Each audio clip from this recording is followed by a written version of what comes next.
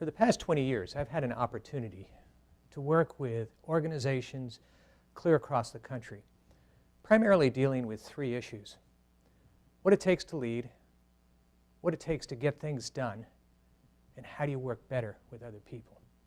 In that time, I've come to understand that the definition that any organization has of leadership is going to define who gets to lead and what they get to do. So today, if you'll let me, I'd like to offer up to you 4 significant changes in how you look at and how you define who the leaders are in the organization that you work with.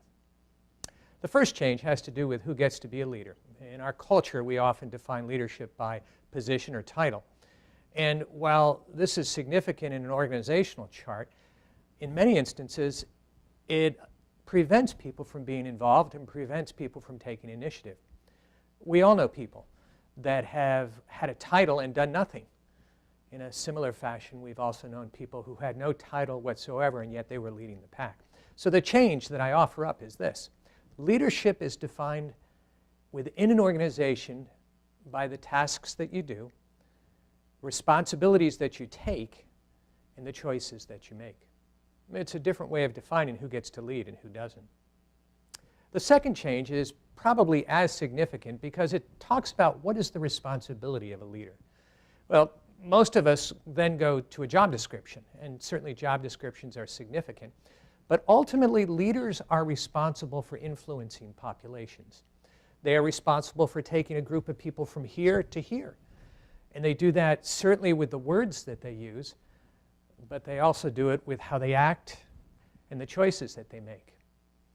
And they do it by the degree to which they're willing to invest in the lives of the people that they work with. Change number 3 has to do with what the leader says is important. And in many instances, you've seen this through history, leaders say that what the leader wants is what's important.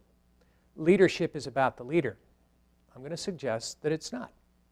Leadership is about the success of the group, the success of the organization. It's about taking a group and moving them forward. And the successful leader is the one that does it.